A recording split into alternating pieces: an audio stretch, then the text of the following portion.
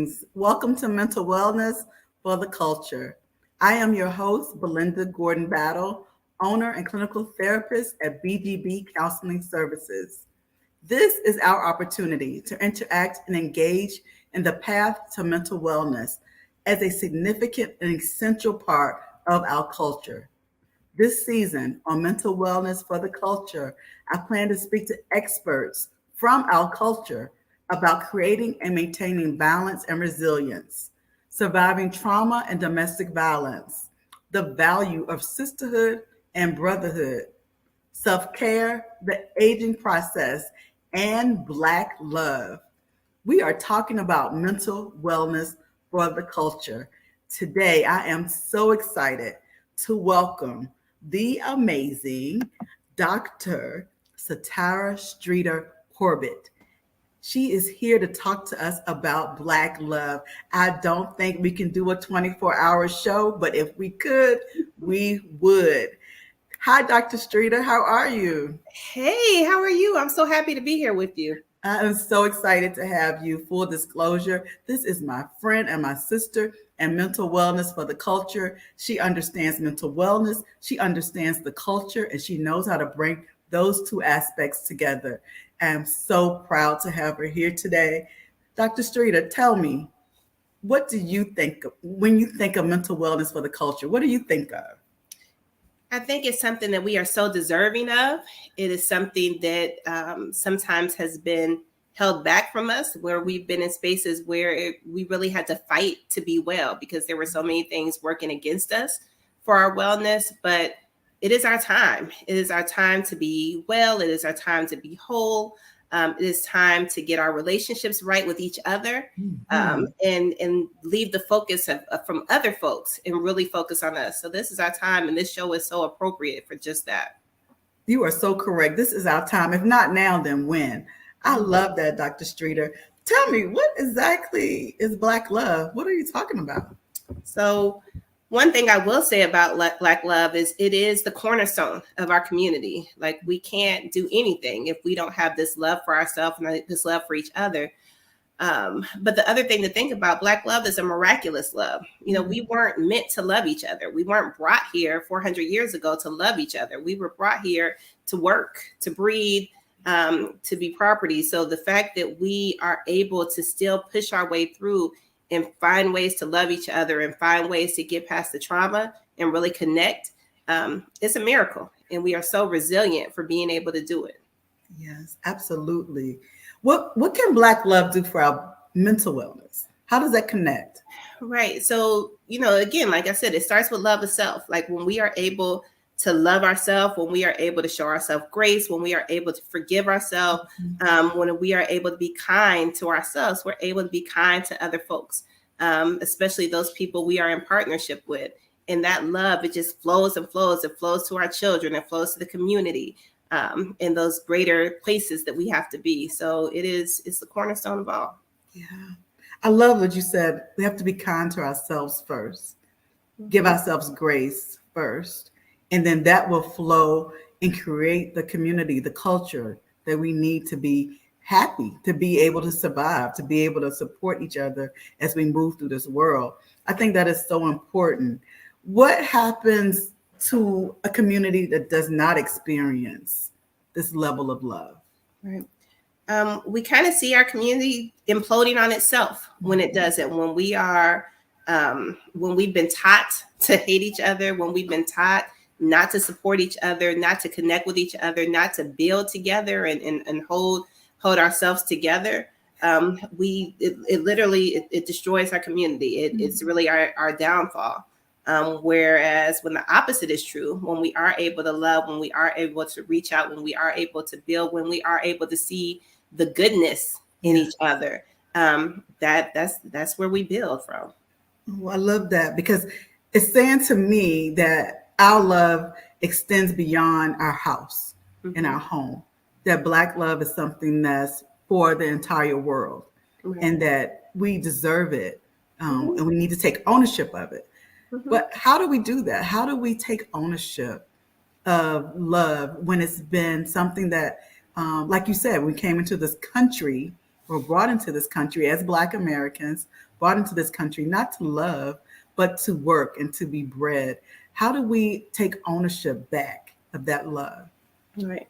We really have to be really intentional, because sometimes it's not, because of what we've gone through and because of the trauma we've gone through, sometimes it's not just second nature to love. Sometimes it's not second nature to not be critical. Sometimes it's not second nature to build each other up. So we have to know that each moment when we have the opportunity to give a compliment, to give some grace, to share one of our resources, that we need to take it. So it literally is a moment by moment decision to push down the other stuff and pull up our love. Absolutely. Pull up our love. I remember recently I saw a quote that said, tell your friends you love them, make them uncomfortable. And I thought that was interesting, because why would it be uncomfortable for us to express and show love for each other? Why is that so uncomfortable for us in our culture? Right. I think it's a lot of it is vulnerability, the vulnerability of it, of loving someone. And we're always scared, again, because the trauma, that what if this person doesn't love us back? What if we, let them know we love them and we get nothing in return? Because there's been so many other instances where we put something out there and we haven't gotten back what we deserve. And I saw that quote as well. And they said, tell them you love them, tell them a lot, make it uncomfortable. And I remember copying that and sending that to a group of my girlfriends. I'm like, I love y'all just so much. I just love y'all. And being able to say that and knowing that you're going to get love in return, and knowing that the energy that you put out there is the energy you'll get back. But sometimes, things will happen to make us scared. Like, I don't want to be that vulnerable. I don't want to be that soft. But it's okay. It's okay, because the more you do it, the more your friends and family will know that it's okay for them to do it too. Yeah. I hear you saying that Black love requires that we be fearless, that we can't be afraid to love each other. And there's so many things that do keep us from loving each other. What can we do therapeutically? What would you suggest people in our community do from a clinical perspective to make sure that we teach our children how to love? Right. So as a clinical psychologist now, my sole focus is on couples therapy. That is what I do all day long. Say it again so people understand. Black love is all that I do. And it was a decision. It was kind of a practical decision. Like, when we think about the pandemic and people needed help now more than ever, and there's one of me. So how can I have the most impact? I could see two people at the same time, especially when we think about the fact that usually when they were seeing me individually, they were doing what? Talking about their partner and the issues. And I'm like, well, bring them on in and let's talk together. But I found that was really impactful, because if I can take a couple and bring them into my virtual office and we can talk and we can get it right and we can get communication down, then they're able to take those same skills and share it with their family, or how they deal with their kids, or how they deal with each other in the workplace. So it really is about not being afraid of therapy. And if you're not at the point where you feel like you don't necessarily need therapy, one of the most important things that you can do on a daily basis is save space and hold space for each other. So really make it, as African-American people, we really do believe in rituals, whether we call them rituals or not. But make it a ritual that every day, whether it's at 9 o'clock or whether it's first thing in the morning, that, hey, this is our time where you just talk. You talk about what's going on with you. You talk about how you're feeling. You're talking about how things are impacting you. And I'm not going to sit here in judgment. I'm not going to give you any advice. I'm not going to minimize your feelings. I'm going to listen and be like, wow, tell me more. Right. And then you trade places and have your partner to do the same. So if I could say any one thing, really saving space, because that's what differentiates you from being roommates. Having that intimacy, having that vulnerability where you know that you have somebody that's saving space for you. Everybody should be writing this down. If you are in a relationship, or if you're not in a relationship, you can start to just practice saving that space for your partner, so you have that one-on-one intimate time. How long do I need? 10 minutes, 30 minutes? I would say if both of you, because again, we know that we're busy, and an interesting stat that I've learned along the way is that when you think about, and we'll play this little guessing game. What's your guess for couples who are raising children, who are working? What's your guess of how many minutes or hours they spend in communication and conversation each week. And again, I mean communication, talking about hopes and dreams and how are you doing and all that. Not are you going to pick up the kids or what time is football practice? Not logistics about the bills, but literally just talking and connecting. Average couple working, raising kids. How long do they spend? So we're not talking about cleaning the bathroom or washing the dishes. We're not giving orders. We're not doing honey-do lists. We are talking about sitting and having these heart-to-hearts.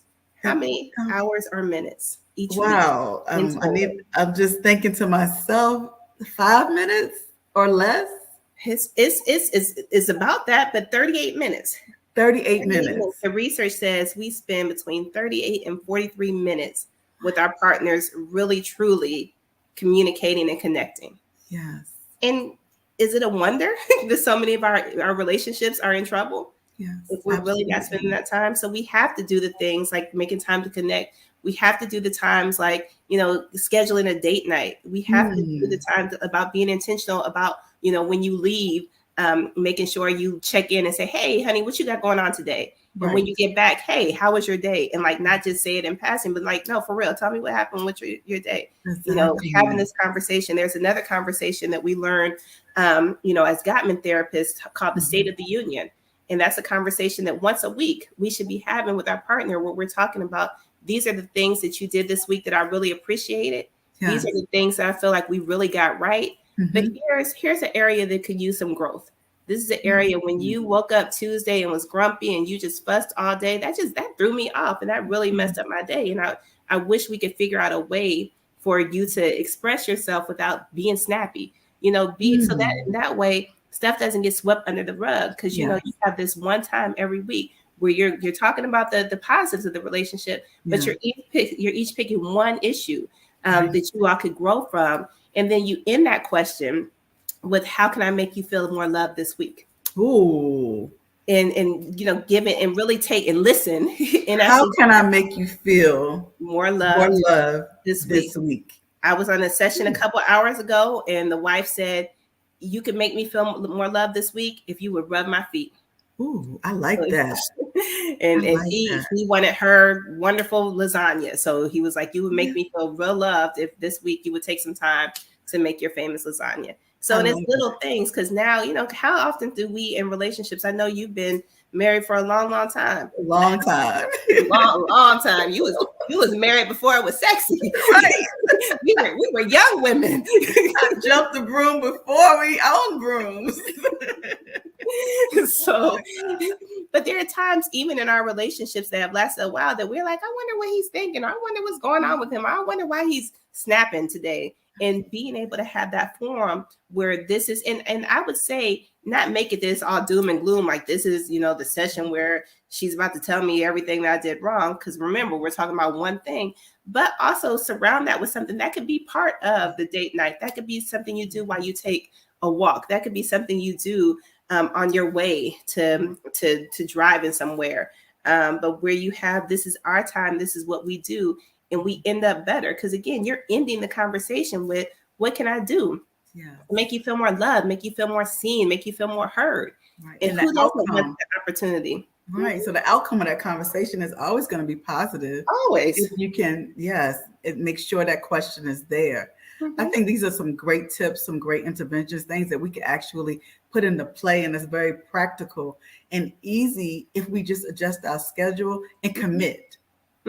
Make that commitment to love on each other in this way. Right. Oh my goodness, you are just dropping gems and telling us more than what we deserve to know from the great Dr. Streeter. Thank you so much. I have a question though, because when I think about Black love and I think about couples, in my mind, I go to these fictional couples, Heathcliff and Claire, Gina and Martin. And then I kind of drift towards real life couples that resonate in our community, Ozzy and Ruby, Michelle and Barack.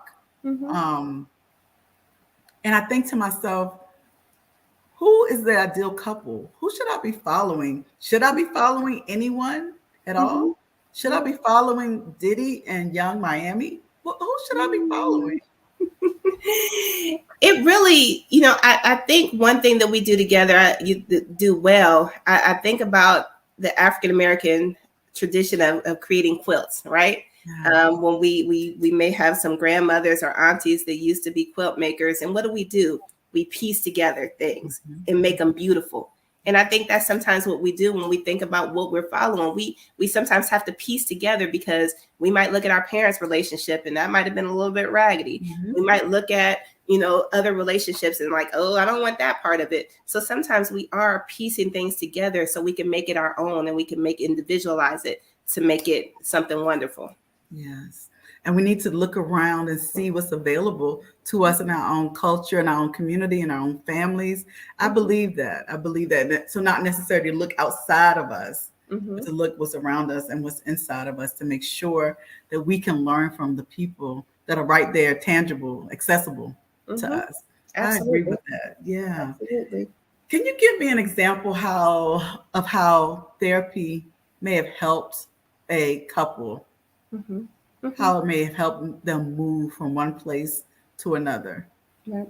So one thing that I really am into, again, everything that I do, as you know, is from an African American perspective. I'm a Black woman all day long. And I always come from my Black experience. And part of my Black experience is storytelling. I had a grandmother, people talk about their grandmothers, and I see these grandmothers now that are all kind of young and cute and zipping around and glam malls and all this type of stuff. And I'm like, that's real cute. But I had a wonderful old grandma. My grandmother was really, really old, even by the time I got here. And one thing that she did is she told stories. She's literally sat on her porch in a rocking chair and just told stories about what it was like, growing up in the 1920s. And we heard those stories, we appreciated those stories, and those stories have become a part of who we are. But I think that storytelling tradition is important in our relationships. Yeah. You feel more connected with your partner when you know their story, when they are able to talk to you, when you're able to look and say, okay, I don't know why he does that. Like, oh, wait a second, I do know why he does that, because he told me the story of that and how that was shaped in him as a kid. So, when I think about couples that have been successful in therapy, have been those couples that are willing to share their stories, who are willing to understand their stories enough to be able to share it with their partner and say, this is why when you do this bothers me, or this is why this is important to me.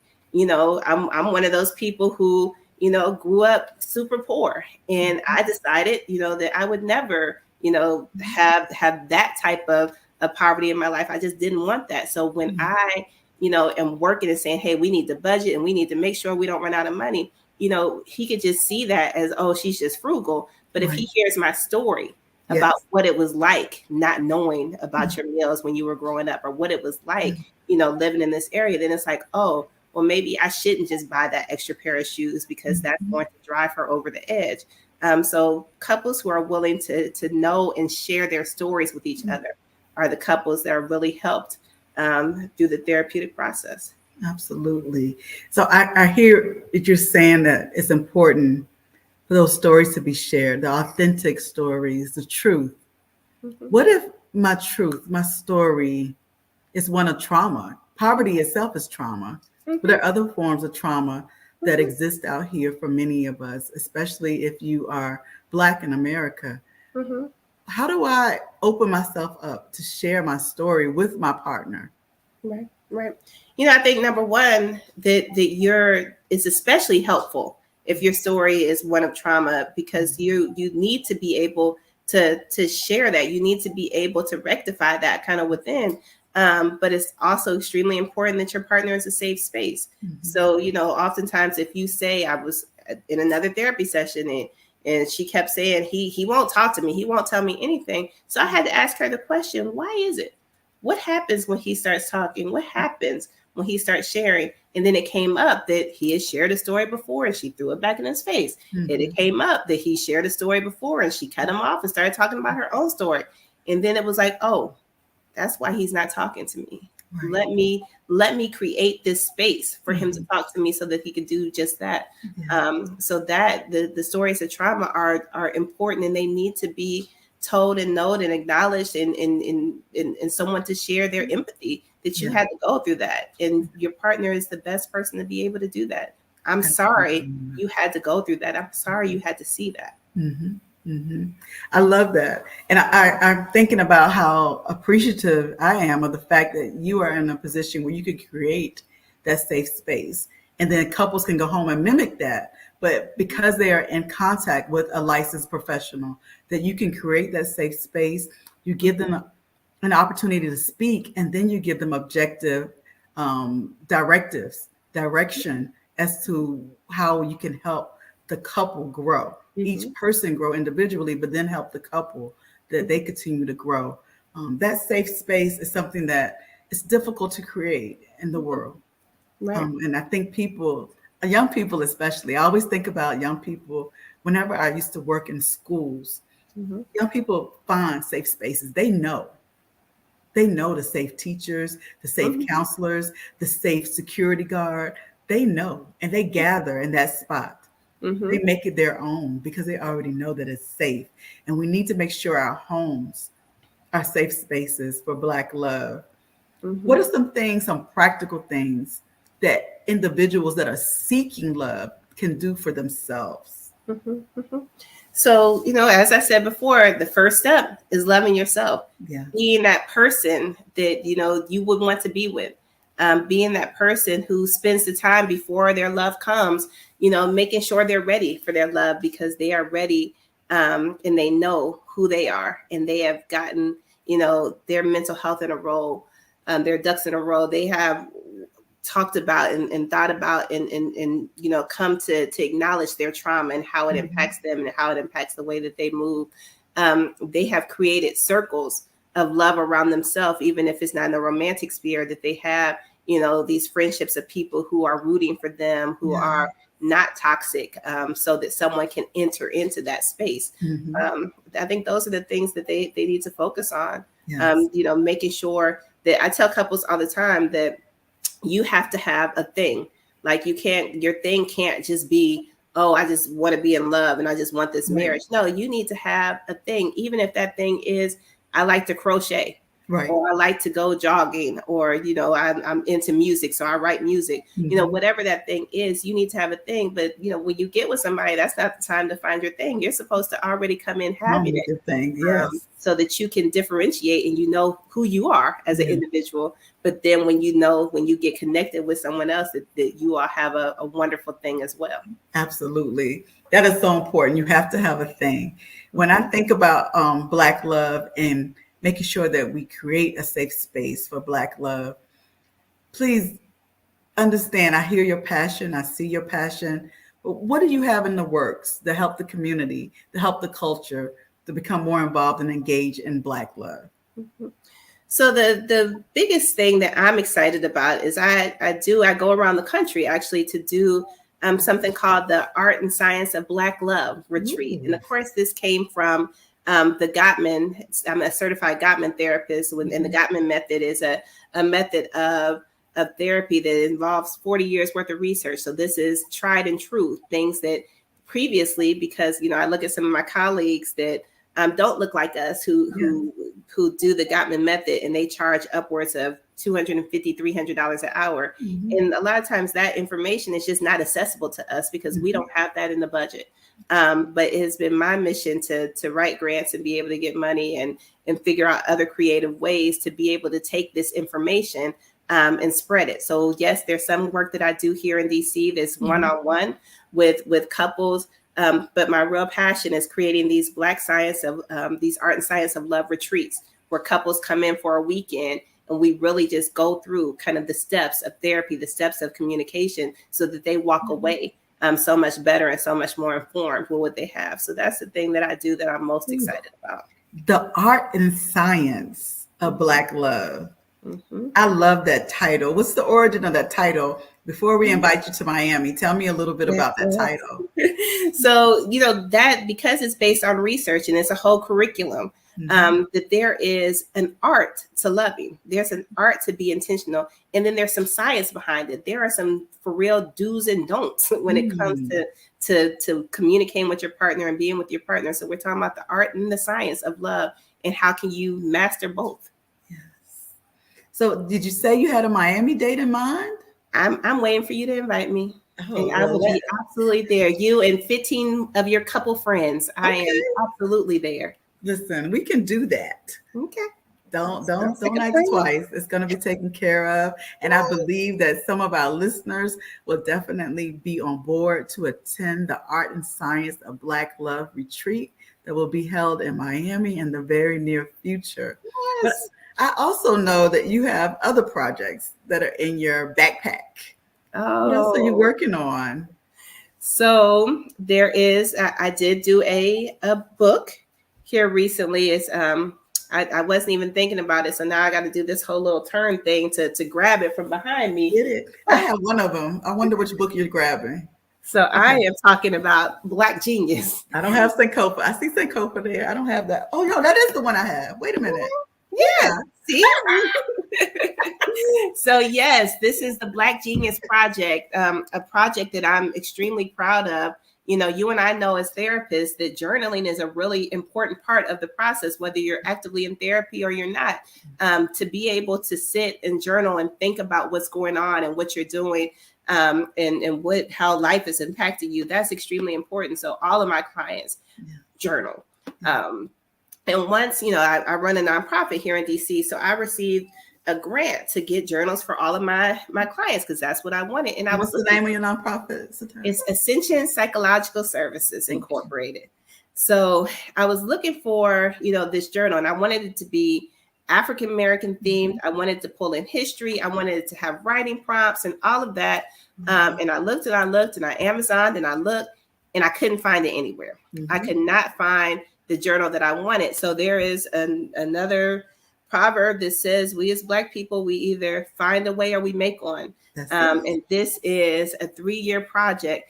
And I can't lie, I thought this was going to be easy. I thought, whenever you go to church, you see at the beginning of the year, you get those calendars Right. and have like all the dates, of stuff significant that Black people did. Yes. I'm going to get me one of those calendars. I'm going to write down a Black history fact and I'm going to do a writing prompt and that'll be it. Well, what I didn't realize is a lot of times those calendars are distributed by funeral homes. So a lot of it is like the day people died. Right. Martin Luther King died on this day. Rosa Parks died on this day. And I was like, wait, I want this to be for young people. And I don't want just to talk about our deaths. I want to talk, that's part of the cycle. I want to talk about how we live. When we were born, when we do significant milestones. And when I tell you that there are days that, 10 things significant happened in Black history. And then there are days that I couldn't find nothing at all. So I really had to search. So it took 3 years to create this project, to find the quotes to go on the projects, to find the writing prompts. But this here is now it serves as a fundraiser for the nonprofit so that we could do the good work we're doing, providing therapy, regardless of individuals' ability to pay. So this is available on the website, which is toascend.org. And you can get your copy of Black Genius and I'll send it right to you and sign it myself. Absolutely. It's an amazing journal. It has everything you need in order to journal and actually grow and develop. I love it. Thank you. Today is September the 13th. I have a quote at the top. I have a prompt which says, I come bringing my gifts. My gifts are my talents, and they are. I really, really love this book, and I always keep it nearby to remind me that a genius I know wrote it. And she wrote it and gave it to us in the community to utilize. I have so much I can say to Dr. Satira Streeter. My appreciation is forever and ongoing, just not just because of today, but because of the person you have been since the first day I met you, and because you have dedicated your life's work to mental wellness for this culture. And I appreciate you for that. Absolutely. Thank you for saying that. And thank you for all the work you've done. You've always been an encourager. You've always been committed. And it was interesting when you talked about that safe space that kids will come and find. You've been that safe space for so many. They gather around you to hear what you have to say and to feel the love. So thank you for being consistent, both in your public face and in your private face. It means a lot. Thank you so much. I appreciate you. Your words are very kind to me, and I take that to heart. I want to ask you, would you mind doing a few quick fire questions? Oh my. Okay. You ready? Yes. Your favorite juice? Passion fruit. Oh, passion fruit. Then you definitely have to come to Miami. Your favorite cookie? Chocolate chip with walnut. Oh, okay. You gotta add a Warm. little bit of nuts. Okay, warm. Mhm. Definitely warm. Mm-hmm. Favorite cake? Red velvet, pound cake, carrot cake, all of them. All of them. I love cake. Pick I one. love my favorite thing, cake. But if I had to say my favorite, it would be a pound cake made by a 75-year-old woman that used brown sugar and a whole bunch of butter and a lemon glaze. And she lives somewhere in Louisiana or Georgia. That would be my favorite cake. What? That pound cake right there. How did you I could dream about what that would taste like, and that's what I want. That's what you want. That's what you shall have very soon. I promise you. I promise you. Your favorite trip, vacation, and why was that your favorite? Where did you go? What did you experience? That would be 2000 or 1999. It was a trip the Association of Black Psychologists took to Accra. We were in Ghana, and it was a time of a lifetime. Like everything about that trip, from the people to the food to the smell to the water, everything was wonderful. I've never taken a trip like it since. Oh my goodness. I have to add that to my list. That sounds amazing. Mm-hmm. Oh my goodness. Thank you so much for coming on today and sharing your work with us and reminding us how important it is to create and maintain and be a part of Black love, and that Black love allows us to be mentally well in our community. Mental wellness is important for us here at The Culture. We want to thank you for coming and welcome you to this sisterhood, to this family where mental wellness for the culture is a priority. Thank you so much, Dr. Streeter. I could not ask anything more of you. I appreciate you and adore you, and I'll see you soon. Thank you so much. Take care.